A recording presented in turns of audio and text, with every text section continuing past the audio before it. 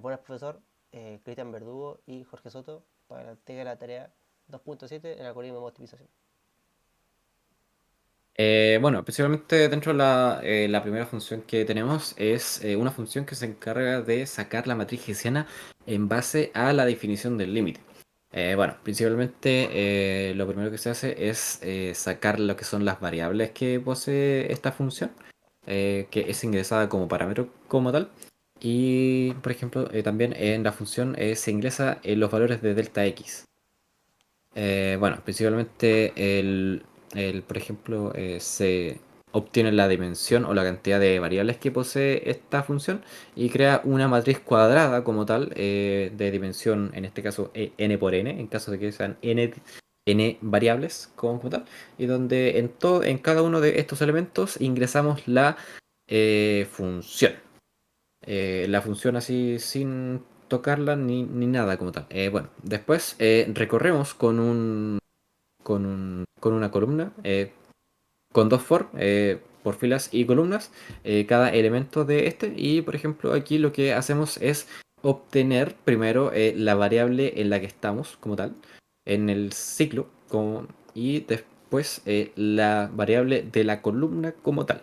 Ya, y después lo que hacemos es reemplazar donde nos encontremos la función, reemplazarla, tomarla y reemplazarla, si es que nosotros le hubiéramos aplicado lo que es el tema de la definición del límite como tal. Donde en esta, por ejemplo, aplicamos el subs para reemplazar un valor dentro de la función. En este caso, como primero derivamos con respecto a la fila y después con respecto a la columna, como tal, que más adelante lo voy a explicar de a qué me refiero con eso.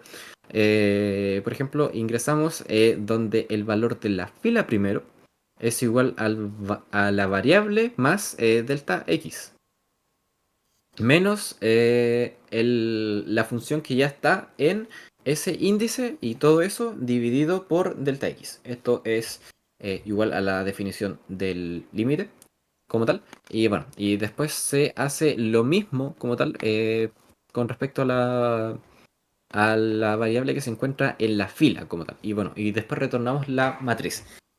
Bueno, principalmente como tal a lo que me refiero con derivar con respecto a la matriz, a la fila y a la columna. Bueno, principalmente tomando este elemento como estamos trabajando en una bivariante,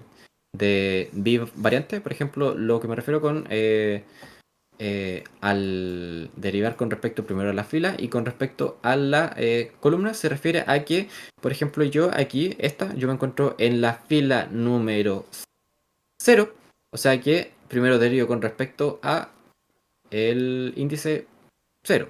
Después con respecto a la columna, como me encuentro en la columna cero, de nuevo con respecto a x. Por lo cual nos quedaría la derivada parcial de la derivada parcial doble de x. Y bueno, así con respecto a todo lo demás. Que por ejemplo aquí, como estamos en la fila cero, va, derivamos con respecto a x primero y después con respecto a y. Y después, de igual manera, como por ejemplo, estamos en la fila número 2, derivamos primero con respecto a y después con respecto a la columna que corresponde al cero, o sea, a x. Y después el 1, 1 es la derivada parcial doble de y.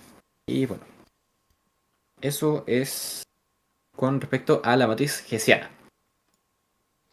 Ahora, obviamente, además de tener la matriz, tenemos que aplicar el criterio, porque esto se define como el criterio de la matriz hessiana, que es para una función bivariante, que tiene solamente, en este caso, solamente x e y. Se define como un. Acá lo dividimos como tres partes. Como la parte uno que es la derivada doble respecto a x. La parte 2 que es la derivada doble respecto a y. Y la parte 3 que es la derivada parcial con respecto a las dos variables, que se lo puedo ver acá, que tenemos que en este caso sería la variable 2 respecto a x, la variable doble respecto a la segunda variable, que en este caso es y al cuadrado de la derivada de las dos variables. Y lo unimos todo como un 1. ¿Y qué nos dice el criterio de la matriz hessiana? Es que si este valor h es menor a cero, entonces vamos a encontrar un punto de silla. si el valor como tal es mayor a cero y en este caso la segunda derivada respecto a x, o en este caso x1, que es la primera variable, es menor a cero, es un máximo local. Aquí corresponde un máximo local. Si es mayor a cero, pero en este caso la segunda derivada de nuevo de la primera variable es mayor a cero también, es un mínimo local.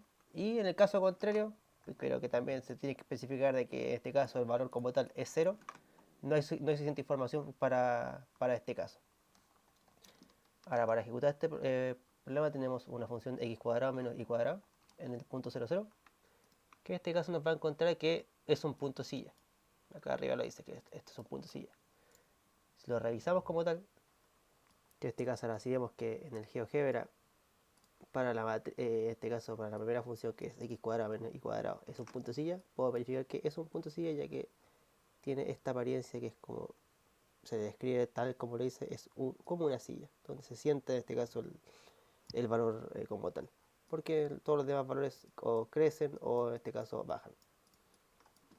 Si lo quisiéramos probar con otro valor, en este caso la función 5, pero esta función 5 tiene otros valores como tal, podemos ver que la función corresponde a un mínimo local, y si invertimos esta función colocándole un negativo, esto nos va a dar que es un máximo local, cumpliendo así entonces el criterio de la matriz hessiana.